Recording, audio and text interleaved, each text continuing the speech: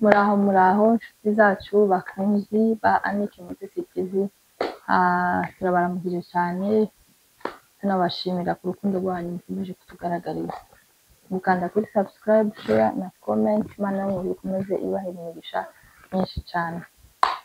Ubushize Mado yavuze ku bijanye n'abantu baja mu by'Imana bakabivanga, abantu batahura urukuta ariko kandi sinzi biravana umwe wese uko atahura ibintu nuko abyumva. Umwe wese agira interuro y'amajambo uko bivugamo, ariko yari kuvuga ukuri, ariko aravuga ukuri kose. None se bene da dushigikira abantu bagenda mu bintu by'Imana bakabibangitiranya n'ibindi, abo ngabo tubashimire se?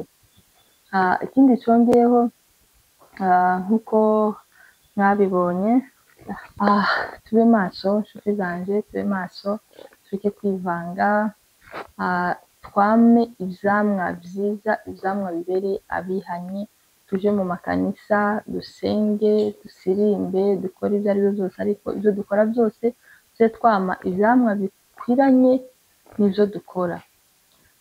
Nimba nkora ibindi vya hariya hanze bikore, ariko bigira itandukaniro n'ivyo mu kanisa. Ikibi ni iki? Ikibi ni kwivangatiranya. Ubushize Mado yaravuze, baravuga ngo iki n'ibiki. Oya, yariko aravuga ukuri kose kuzima, kandi ukuri kw'ijambo ry'Imana. Nitutaburira abantu kuja kuri podium bakavuga ivyo bishakiye, bakavuga uko bashaka, bakavuga umwanya wose bashatse n'ivyo biyumviriye mu mitwe yabo, ikanisa rya none rirabiri. Uburyohe bw'ikanisa, uburyohe bw'imirimo, uburyohe bw'ibikorwa vy'Imana nta bugihari.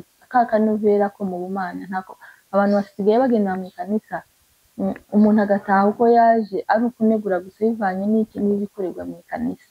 None se mwagaruye umuco w'ikanisa mukawuzana kuri mazabaho, kuri rutari, hari ahantu ho kubahwa, ariko ubu nyine umuntu wasinze, umuntu waborewe, umuntu wakoze ibintu na biriya, umuntu wuzuye urwango n'inzigo, ubu nyine asigaye aja ku gatuti akavuga ubutumwa, kandi ivyo yeriye hanze bidahwanye n'ivyo avuga. None se abantu bazakizwa gute? Nitutavuga ukuri nta mpinduka zizahaba, ariko ivyiza ni ukuvuga ukuri kugira ngo na babandi babikora bahinduke, bamenye ko abantu bazabagaya, na cane cane Imana ibona ahiherereye mu mitima y'abantu, Imana kwizibagaye.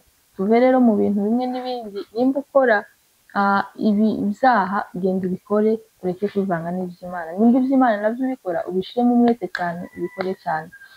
Niba ijambo ry'Imana rivuga ngo niba akazuyaje, ngo Imana yanga akazuyaje, ngo ubwo udakonje ntushuhe, muzakuruka. Turinze kurukwa n'Imana, mureke bene data twisubireho,